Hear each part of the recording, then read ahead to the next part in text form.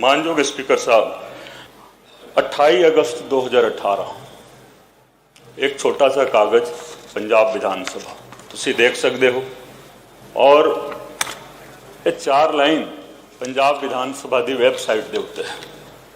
मानयोग speaker साहब, इस दे विच यही है कि उस दिन नूं 2018 28 अगस्त और 6 साल हो गए सर, 6 साल हो गए।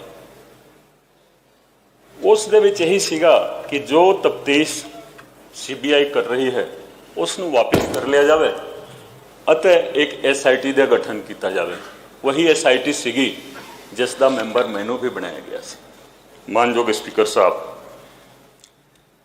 6 साल बाद भी दोबारा इस सदन दे विच चर्चा नहीं हुई। उस दिन सिर्फ इसे मुद्दे के उत्ते चर्चा हुई सी और 28 अगस्त 2018 की कार्रवाई सदन की वैबसाइट पर मौजूद है।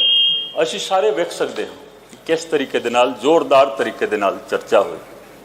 मानयोग स्पीकर साहब, जो लोग इधर बैठे सन आज उधर चले गए, जो लोग उधर बैठे सी वो इस सदन दे विच आउण दे काबिल नहीं रहे। एक गुरु ग्रंथ साहब जी की बेअदबी का मसला है और एक गुरु साहब ने तय करना है कि किसने इधर बैठना है, किसने उधर बैठना है, तो किसने इस सदन दे विच आउण जोगे नहीं रहना है। इस करके तुसीं इस सदन की कार्रवाई नूं कल एक दिन बढ़ाओ तो विस्तारपूर्वक असीं चर्चा करिए। मानयोग स्पीकर साहब, जो बेअदबी हुई सीगी ते प्रोटेस्ट होया सी, साडे कोल जिहड़ी तफ्तीश सीगी प्रोटेस्ट दी सीगी, गोलीबारी दी सीगी, बाबल कलां अते कोटकपूरा। स्पीकर साहब, प्रोटेस्ट का कारण की सी? जेकर असीं गल करिए ऑन रिकॉर्ड गल करिए, सरदार त्रिलोचन सिंह जी राज सभा के मैंबर सन, वो गवाह बने सीगे और मैनू उन्होंने बयान दिता सी। उन्होंने कहा कि कोई भी जो पार्डन दा कागज सीगा, जो माफीनामा सीगा, उदों नहीं दिता गया। 24 सितंबर 2015 को माफ़ी दी गई सी।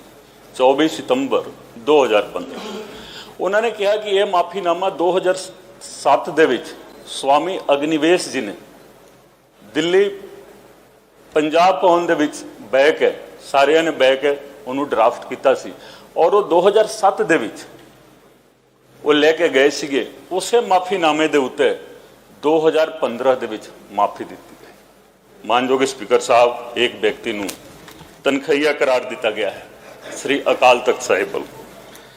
हर पासे देखो उस मुद्दे दे उत्ते चर्चा हो रही है। तनखैया क्यों करार दिता गया? उस व्यक्ति का दोष है बेअदबी कराउण दे विच, और जदों बेअदबी हो गई तो इन्वेस्टिगेशन तो हो सकता सी। इन्वेस्टिगेशन की कराउणगे? उन्होंने शांतिपूर्वक तुहाडे हल्के दी गल है कोटकपूरा दे विच ते नाल ही बहबल कला दे विच गोली चलवाई गई। हज़ारां दी संख्या दे विच लोकी इंजर्ड होए, 2 व्यक्ति शहीद हो गए। मानयोग स्पीकर साहब, जो माफीनामा दिता गया सी SGPC दे खाते तो करोड़ रुपए तो वध पैसा लगा के उहदा एडवरटाइजमेंट किया गया सी। 92 लाख। कि असीं बहुत वधिया किया, बहुत वधिया किया। असीं बोलते हाँ कि पंजाब एक सिख बहुल स्टेट है पूरे हिंदुस्तान दे विच, तो श्रोमणी कमेटी माफीनामे दे उत्ते एडवरटाइजमेंट कर रही है। ये देखो, और वो सरकार करवा रही है। जिस सरकार दे उत्ते, जिस सरकार दे हाथ दे विच SGPC दी बागडोर सीगी। मानयोग स्पीकर साहब, वो माफ़ी मांग रहे हैं। 262 नंबर मुकदमा है 2007 का, बठिंडा सिटी का, जो स्वांग रचन का केस सी। गुरु गोबिंद सिंह जी का स्वांग रचिया गया सी। 30 जनवरी 2012 ਨੂੰ इलैक्शन सीगा, जनरल इलैक्शन, और 5 दिन पहला वो मुकदमा कैंसिल कराया जा रहा है। मानयोग स्पीकर साहब, अफसर साहिबान भी बैठे ने इस सदन दे विच, पत्रकार साहिबान भी बैठे ने। जदों मानयोग गवर्नर साहब वालों 196 CRPC के तहत सैंक्शन दे दिता जाता है, उस तो बाद की एक थानेदार की हिम्मत है सर कि वो मुकदमा कैंसिल कर देवे। तफ्तीश मैं की थी सर, तफ्तीश मैं की थी। कारण की सीगा उस केस नूं खारिज कराउण दा, क्योंकि कैप्टन साहब देखो इस हाउस दे विच बैठण दे काबिल नहीं रहे, तो दूसरे इन्हां दी सांझ हो गई सी। आज भी मैं बोल रहा हूं सर कि जो रिपोर्ट खारिज हुई है पैरावाइज हुण तो वो किसी भी कोर्ट की कार्रवाई का हिस्सा नहीं रहा ना सर। तो इस सदन दे विच तुसीं उस रिपोर्ट नूं मंगाओ, पुलिस हैडकुआटर दे विच मौजूद है, अदालत दे विच मौजूद है, लेकिन वो हुण रिकॉर्ड रूम दे विच है। पैरावाइज असीं चर्चा करते हैं सर, सारा भेद खुल जाएगा और दूध का दूध पानी का पानी हो जाएगा कि कौन किस पासे है, किस दी की करतूत है सर। तो 208 नंबर मुकदमा 2007 मुख्यमंत्री साहब नहीं हैं, तुसीं बखरे तौर पर इंक्वायरी करवा दो कि किन्ना हालातां दे विच उस मुकदमे नूं कैंसिल किया गया सर। छोटी सी गल है सर, MSG 2 एक मूवी सी 25 सितंबर नूं रिलीज कराई गई सी 2015 दे विच, ते 7 दिन बाद रिलीज हो रही है सिंह इज ब्लिंग अक्षय कुमार वाली फिल्म। तो इस फिल्म के उत्ते सिख संगत ने विरोधता जाहिर की सी, तो किन्ना हालातां दे विच पुलिस प्रोटैक्शन दे विच ये दोवें मूवीज नूं रिलीज करवाया गया। जदों प्रोटेस्ट होया और गोलीबारी हुई उस तो इमीडिएट पहला ये सारा कुछ होया सी सर।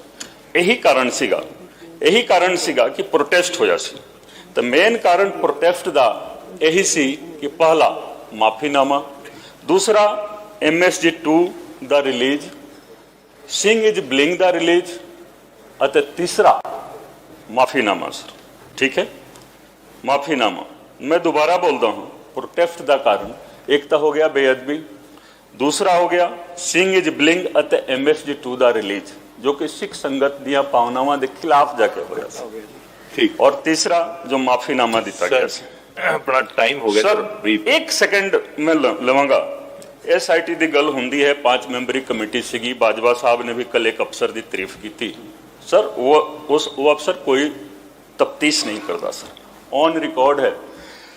तुसीं पूरी SIT की कार्रवाई मंगा लो, केस डायरी लिखी जाती है जिसनों पंजाबी दे विच असीं जिमनी बोलते हैं।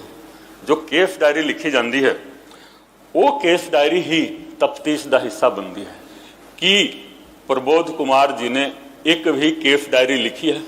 अपने आप को बोलते सी कि मैं तो सिट का मुखी हाँ। कोई ऐसा ऑर्डर नहीं है सर, कोई ऐसा ऑर्डर नहीं है। जेकर होवे तो कोई लिया के इत्थे सदन दे विच दिखा देवे। उस व्यक्ति ने, उस अफसर ने एक भी केस डायरी नहीं लिखी है। जेकर लिखी होवे तो इत्थे लिया के रख दिता जाए sir. Number two Arunpal Singh, उन्होंने भी जेकर कोई केस डायरी एक भी जिमनी लिखी होवे तो इस हाउस दे विच सर लिया के दिखा दिता जाए। नंबर 3 तो मैं सीगा सर कुंवर विजय प्रताप सिंह। मैं जुर्रत की थी केस डायरी लिखन की, मैं केस डायरी लिखी सर। कहा गया कि देखो 2 अफसरां नूं इन्हां ने बाईपास किया, लिखना चाहिए सी उन्हां लोकां नूं।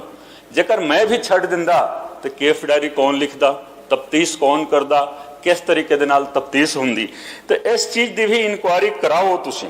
तुहाडी चेयर दे विच बहुत पावर है कि प्रमोद कुमार और अरुणपाल सिंह ने एक भी केस डायरी क्यों नहीं लिखी, किन्हां हालातां दे विच नहीं लिखी, तो किस नूं बचाउण वास्ते नहीं लिखी सर। SIT उस तो बाद बनी जदों मैं नौकरी छड्ड दित्ती। तो जो SIT पहला बनी हुई सी कैप्टन साहब वालों मेरी नौकरी छड्डण तो बाद 2 SITयां बनाईयां गईयां। एक SIT कोट कपूरा वाली, उन्होंने केस नूं रफा दफा कर दिता सर। दूसरी SIT बनी बाबल कलां वाली, बाबल कलां केस सर वो ट्रांसफर होकर फरीदकोट की मानयोग जिला अदालत तो डिस्ट्रिक्ट कोर्ट चंडीगढ़ दे विच आ गया है सर। असीं हर अदालत की प्रेस्टीज दे उत्ते, हर अदालत दे मान दे उत्ते मान महसूस करते हैं। लेकिन सर तुसीं देखो, जो गवाह अपने पिंड तो चल के फरीदकोट जिला हैडकुआटर ते नहीं आ सकते सी, असीं पिंडां दे विच जा के बयान लिखते सी कि वो गवाह चंडीगढ़ दे विच आउणगे गवाही देने वास्ते। वो भी सर 2015 का मसला है और 2024 हो गया। पंजी तो हो सकता है कि चार्ज फ्रेम हो जाए तो वो कार्रवाई कोर्ट दे विच शुरू होवे। तो कि 10 साल बाद पहला तो यही देखना है कि किन्ने गवाह इस वेले लाइव ने, किन्ने गवाह इस मुल्क दे विच मौजूद ने, कई तो बाहर चले गए, पैसे पूछे दे के सर दोषियों ने, दोषी बहुत ताकतवर ने बाहर भेज दिता गया। तो इस केस दे विच एक दिन ये होना है 20 साल बाद 25 साल बाद कि फलाने नू बाइज्जत बरी कर दिता गया, फलाने नू बाइज्जत बरी कर दिता गया। लेकिन एक अदालत ऊपर भी है सर, गुरु गोबिंद सिंह जी की अदालत। उस अदालत तो बरी होना बहुत मुश्किल का काम है सर, बहुत मुश्किल का काम है। और उत्थे रोजाना तौर पर सुनवाई चल रही है सर। एक होर बहुत इंपॉर्टेंट गल है सर, बहुत इंपॉर्टेंट गल, मैं रिजाइन कर दिता सर। तुसी देखोगे मीडिया नू इस चीज ते रोक दिता गया, मीडिया नू काबू किया गया। मेरे मीडिया के भरा भी बैठे हुए ने। प्रशांत किशोर उदो आए सीगे सर 1 मार्च 2021 नू कांग्रेस पार्टी दे नाल, जहां तुसी कहो कैप्टन अमरिंदर सिंह दा चीफ एडवाइजर बन गए। 17 दे विच भी आए सीगे, कॉफी विथ कैप्टन, गुटका साहिब ते हाथ रख के इंसाफ दिलावांगे। लेकिन 5 अगस्त 2021 नू रिजाइन करके चले गए। किन्ना हालातां दे विच रिजाइन करके गए, किसे मीडिया दे विच गल नहीं आई। चले गए ये तो आ गया हर थां, लेकिन किसी ने उसकी एनालिसिस नहीं की कि क्यों चले गए। आज इंडिया के सब तो बड़े चोण रणनीतिकार, इलैक्शन स्ट्रैटेजिस्ट बनते हैं, लेकिन वो क्यों चले गए प्रशांत किशोर जी रिजाइन करके, इस दे उत्ते भी चर्चा होनी लाजमी है सर पंजाब दे विच। और खास करके तुसी देखो जो शहीदां दी धरती है, शहीदां दी धरती है सर, और उत्थे सिर्फ खिलवाड़ हो रहा है सर, भावनावां दे नाल खिलवाड़, धार्मिक भावनावां दे नाल खिलवाड़ हो रहा है। कोई एक इलैक्शन जीत के, 2 इलैक्शन जीत के, लेकिन इस मुल्क नू, इस पंजाब नू बर्बाद किया जा रहा है सर। 18 सितंबर 2021 नू कैप्टन साहब नू भी जाना पै गया सर। लिस्ट लंबी है सर, ठीक, लेकिन आपां सर शेरो शायरी बहुत हुंदी है सदन दे विच। 2 लाइन मेरे वालों ही सुन लो, मैनू लगता है कि तुसी पसंद करोगे। शेरो शायरी नहीं है सर। ये देश देश नहीं होता अगर पिता दशमेश नहीं होता। क्या बात, ये देश देश नहीं होता अगर पिता दशमेश नहीं होता।